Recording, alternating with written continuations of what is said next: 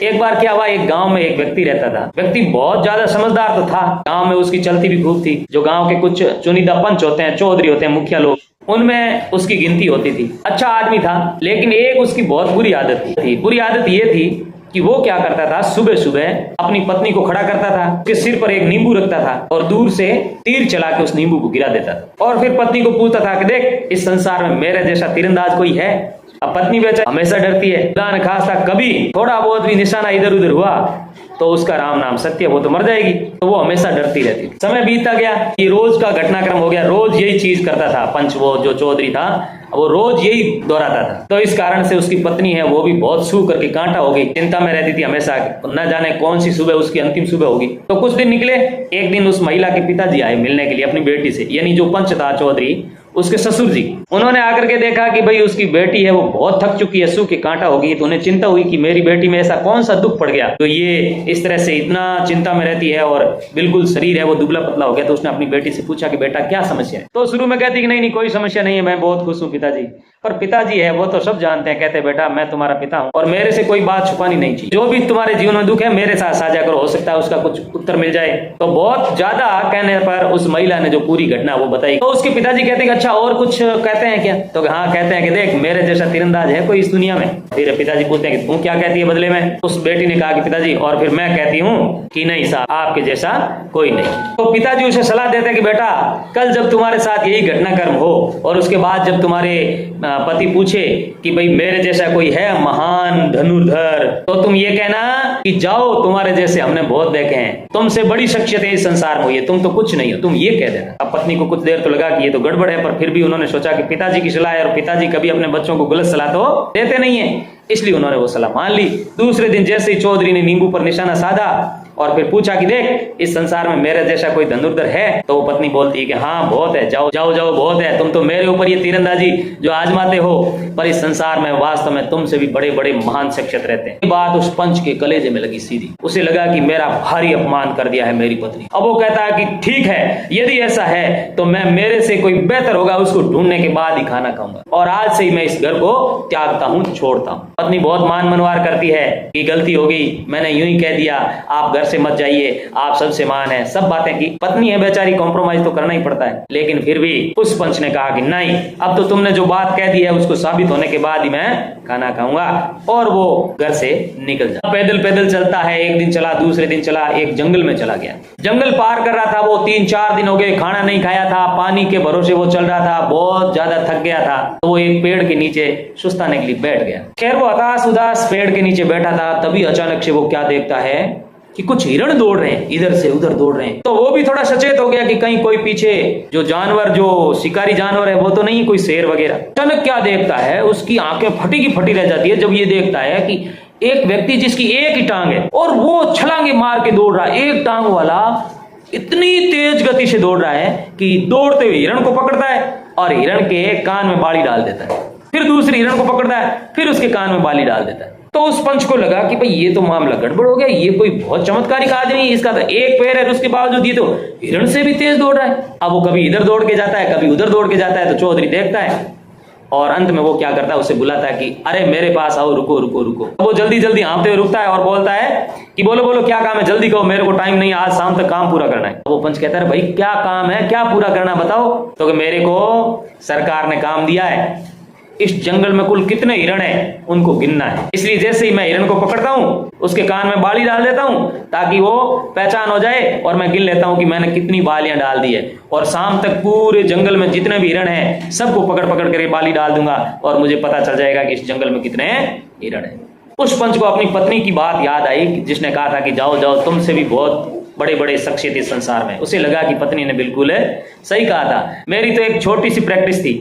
तो वो उसे बिठाता है और कहता है कि देखो मेरे साथ जो घटना हुई है ना वो मैं तुम्हें बताता हूँ। ये काम सुबह सुबह करता था, एक दिन पत्नी ने मेरे को कहा और फिर उस बात को मैंने दिल पे ले लिया और मैं अपने से भी कोई बेहतर इंसान को ढूंढने निकला था जो किसी कौशल में मुझसे भी बेहतर हो, और आज जब तुमसे मेरी मुलाकात हुई तो मुझे लगा कि बिल्कुल पत्नी जो है वो सही कह रही थी। तो फिर वो आदमी बैठता है उसके पास, कुछ बातें करता है और फिर ये तय होता है कि जब बेहतर को ढूंढने निकल ही पड़े तो क्यों ना मैं भी इधर उधर जंगल में फालतू में भटक रहा हूँ, हिरणों को पकड़ रहा हूँ, इससे अच्छा है कि हम दोनों, आप मेरे साथ हुई, हम दोनों आगे बढ़ें और इस संसार में कुछ और बेहतर लोगों को ढूंढे जो हमसे भी बेहतर हो। उन्होंने सहमति जाहिर की और दोनों आगे चल। कई दिनों की यात्रा के बाद वो एक जगह मरुस्थल में कहीं से गुजर रहे थे जहां पर बहुत दूर दूर ढाणियां होती है। तो वो वहां से जा रहे थे तो अचानक उन्होंने क्या देखा कि एक जो घर था उस घर के ऊपर छत पे एक आदमी खड़ा था और वो जोर जोर से तालियां बजाता था, अरे वाह अरे वाह अरे वाह अरे वाह। ये चौके लगे छक्के लगे बातें कर रहा है, सामने कोई मैच नहीं दिख रहा है, कहीं नजदीक कोई आदमी नहीं दिख रहा है, ये पागल है क्या?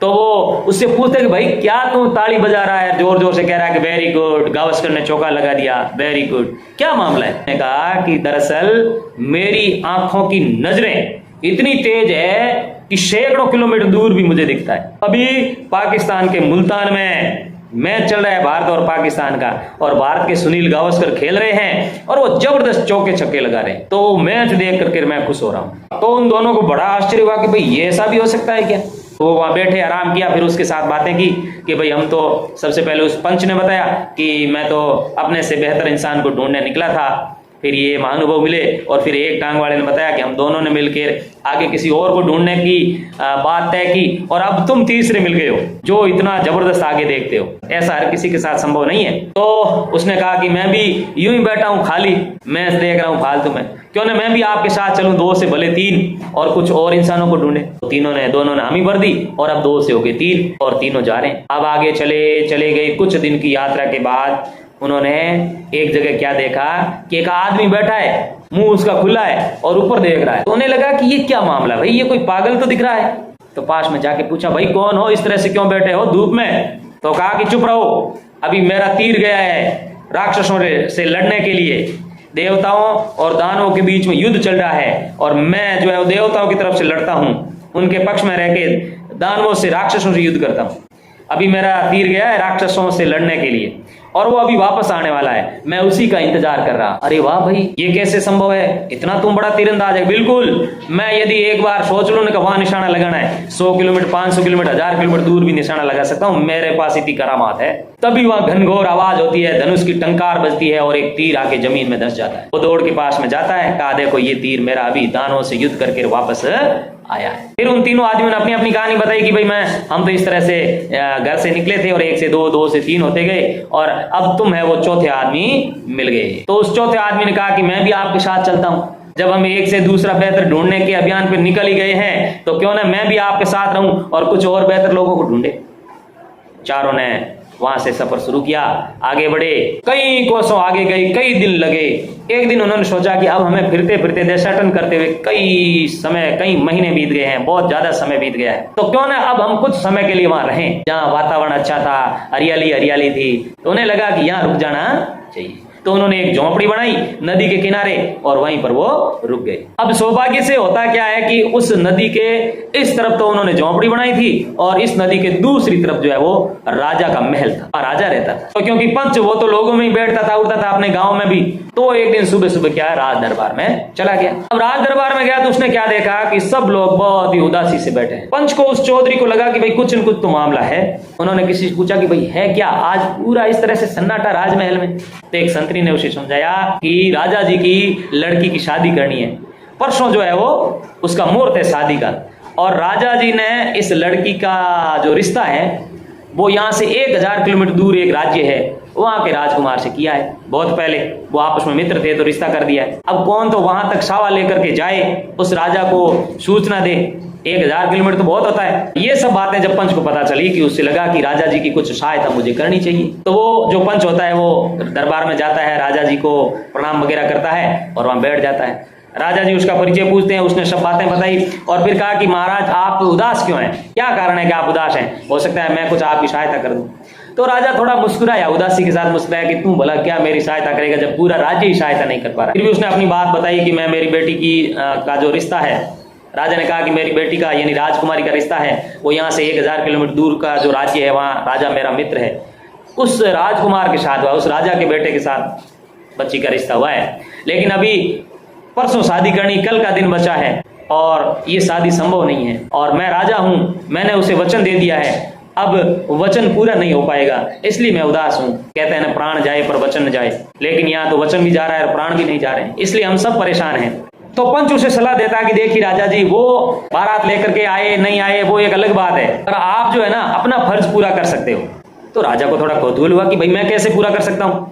तो क्या आप सावा है वो मुझे दे दीजिए, मैं कल तक सावा वहां तक पहुंचा दूंगा, उसके बाद वो बारात लेकर के आए नहीं है वो तो उनके ऊपर है। राजा की ये बात तो जज की बात तो अच्छी है, पर भला कल 1000 किलोमीटर कौन जा सकता है, एक दिन में इतना कौन जा सकता है। तो उस पंच ने कहा कि ये आप चिंता छोड़ दीजिए, मेरे पास एक ऐसा आदमी है जो आपका ये सावा लेकर के उस राजकुमार तक है, उस राजा तक पहुंच जाए। राजा खुशी खुशी उसे सावा सौंप देता है, एक चिट्ठी भी लिख देता है कि भाई परसों 21 तारीख को आप अपने राजकुमार की बारात लेकर के हमारे यहाँ पधारिए, हम अपनी राजकुमारी का विवाह आपके राजकुमार के साथ करेंगे। ये सब चीजें जो भी है वो लिख करके वो साथ में दे देते हैं। और वो पंच वापस आता है अपने झोंपड़े पर, आकर कहता है लोगों की भाई बैठे क्यों हो, काम आ गया है। तो अन्य 3 लोगों ने पूछा कि क्या काम आया है, तो उन्होंने पूरी बात बताई कि राजा का ये काम है।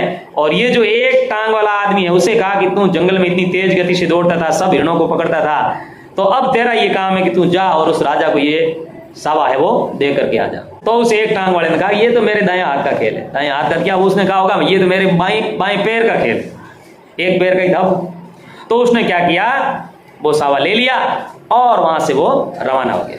अब वो बहुत तेज गति, हवा की गति से, द्रुत गति से दौड़ रहा है, बहुत तेज गति से दौड़ते दौड़ते दौड़ते दौड़ते अब देखो कल तक पहुंचाना था और वापस भी आना था, राजा को समाचार भी देने थे कि बारात आएगी कि नहीं आएगी, क्या करना है क्या नहीं करना है। तो उसे कह दिया कि कल 4 बजे तक वापस आ जाना, कल शाम को 4 बजे तक वापस तुम आ जाओ, ताकि हम लोग कल दिन में ही इस पूरी बात राजा को बता दें, ताकि परसों वो अपने हिसाब से किसी और के साथ विवाह शादी करे, जो भी आपका अपना वो कार्यक्रम करे। तो उस एक टांग वाले ने कहा कि ठीक है मैं कल 4 बजे से पहले आ जाऊंगा। इवन उसने कह दिया कि मैं तो 12 बजे से पहले आ जाऊं। अब वो पूरी रात बेचारा दौड़ता रहा, लेकिन अंततः वो उस राजा के दरबार में 4 बजे पहुंचा। थक के चूर हो गया था, लेकिन जाके सब बातें बताई, वो सावा सौंपा कि इस तरह से आपके राजकुमार की शादी हमारे राजा जी अपनी राजकुमारी से कर रहे हैं और कल आपको बारात लेकर के आनी है। अब उस राजा के तो तोते उड़ गए कि भाई ऐसा कैसे हो सकता है, अब मैं यहाँ से इतना दूर कल आज ही, अब 3 बज गए तो दूसरा दिन तो हो गया उदय, तो अब आज ही मैं अपनी बारात रवाना करूं तो भी कहां, वहां तो पहुंच ही नहीं सकता, इतने हजारों किलोमीटर दूर मैं कैसे पहुंचूंगा। तो उसने कहा कि राजा जी वचनों में बंधे हुए हैं और सावा जो है मूर्त जो है वो निकल रहा है। तो उस राजा ने कहा कि ठीक है भाई आप जो है वापस जाओ और अपने राजा जी को कह देना कि भाई आप अपनी बच्ची का विवाह किसी अन्य जगह जो आपको अच्छा लगे वो वहां कर दीजिएगा, हम इतने कम समय में अपने राजकुमार की बारात लेकर के वहां पहुंच नहीं सकते। एक टांग वाले ने कहा ठीक है मैं अपनी बात कह दूंगा। उसने वापस जो है राजा ने पत्र लिख दिया, उसको दे दिया और साथ में उसने खाना वाना खाया और सुबह 5 बजे रवाना हो गया। काम उसने किया नहीं था, जंगल पार कर रहा था, सुबह के 11 बज रहे थे लगभग और उसे लगा कि 4 बजे तक तो पहुंच ही जाएंगे, थोड़ा बहुत जो है वो इस जंगल में आराम कर लेते हैं, बहुत ज्यादा वो थक गया था। तो उसने क्या किया, एक बहुत बड़ा और गहरा पीपल का वृक्ष देखा, उसकी जड़ है वो अपने तकिए के रूप में सराहने लगा करके वहां पर वो सो गया। अब क्योंकि थका हुआ तो था ही, सोते ही उसे इतनी गहरी नींद आई कि कब 4 बज गए उसे पता ही नहीं चला। वो तो आराम से जंगल में सो रहा है। अब इधर 4 बज गए और वो जो व्यक्ति गया था एक टांग वाला, वो तो जंगल में आधी दूरी तय करके आराम से गहरी नींद में सो रहा है, क्योंकि बहुत जबरदस्त थका हुआ था और उसकी नींद खुली नहीं। इधर 4 से 5 बज गए, उस पंच को चौधरी को चिंता होने लगी कि मामला कुछ न कुछ तो गड़बड़ है, अभी तक हमारा आदमी आया नहीं है, राजा जी के पास जाना है, पूरी बात बतानी है, करें तो करें क्या।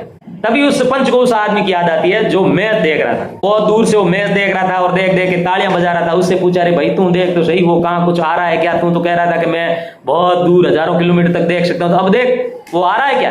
उसने कहा अभी देखता हूं। उसने पूरी नजरें घुमाई, देखा अचानक से उसके मुंह से निकला ओ हो अनर्थ हो गया। अब पंच एकदम से वो चौधरी खड़ा हो गया, अरे हुआ क्या, बता तो सही। तो उसने बताया कि वो हमारा आदमी तो जंगल में गहरी नींद सो रहा है, लेकिन इतना ही नहीं, नींद में सो रहा है वो तो सो रहा है, पर ऊपर से एक जो है वो काला सांप आ रहा है, बहुत जहरीला सांप, और वो उसे डसने वाला है, काटने वाला है। अब पंच को काटो तो खून नहीं किए तो मामला गड़बड़ हो गया, वो आदमी भी जाएगा और अपना वचन भी नहीं रह पाएगा।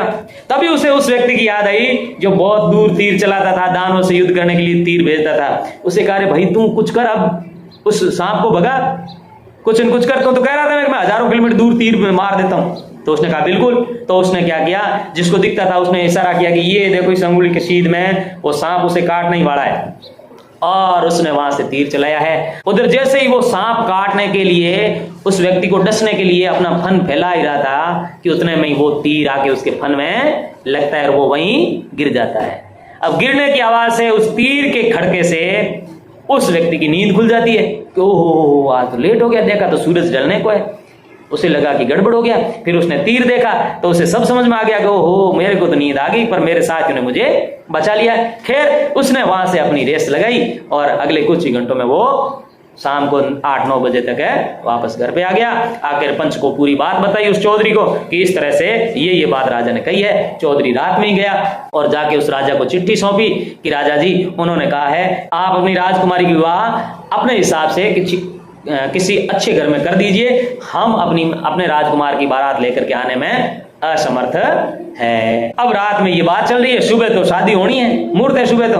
अब राजा को लगा कि एकदम से कहां भेजे अपनी रिश्तेदारी, एकदम से राजकुमारी की विवाह किससे करें। इससे तो अच्छा कि ये जो लोग है, ये 4 लोग हैं, इन्हीं में से मैं किसी से अपनी राजकुमारी की शादी करके आधा राज दे दूं, क्योंकि ये विलक्षण प्रतिभा के धनी तो है ही है, हर कोई विशेष काम करने में बहुत माहिर है। तो मैं इनमें से किसी एक की शादी कर दूं अपनी राजकुमारी की और आधा राज्य देकर इसे राजा बना देता हूं। तो राजा ने कहा कि अब मैं किसी राजकुमार को कहां ढूंढूं, अभी तो शादी है, 2-3 घंटे बाद तो मुहूर्त है, इसलिए आप जो 4 लोग हैं उन्हीं में से तय कर लीजिए, किसी एक को मेरी राजकुमारी से शादी कर दीजिए। अब वो चौधरी वापस आया अपने कुटिया में, झोंपड़ी में, और चारों के सामने ये बात रखी कि भाई राजा तो कह रहे हैं आप चारों में से राजकुमारी से विवाह कर लीजिए, जो विवाह करेगा उसे आधा राज्य भी मिलेगा। तो चारों गहन चिंता में डूब गए।